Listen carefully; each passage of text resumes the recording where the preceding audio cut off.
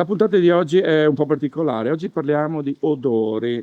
Non è così semplice parlare di odori in un video, ma abbiamo pensato di chiedere aiuto ai visitatori. Somiglia un po' a una pianta leggermente secca. Pianta leggermente secca. Sì. No, è buono. I campi di calcio quando giocavo erano bagnati. Chiudi gli occhi. Niente di questo. Intanto è gradevole o no? Sì, qualcosa che brucia, un'erba che un incenso, quelle cose. Ok. Bene, adesso puoi aprire gli occhi. Ok. Puoi aprire gli occhi.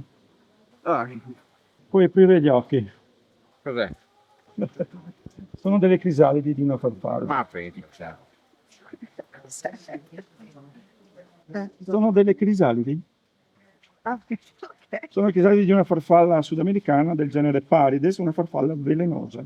E si ritiene che questo odore abbia appunto una funzione deterrente, cioè di avvertire, in modo che i predatori sappiano associare un odore poi a qualcosa di sgradevole e le lasciano in pace.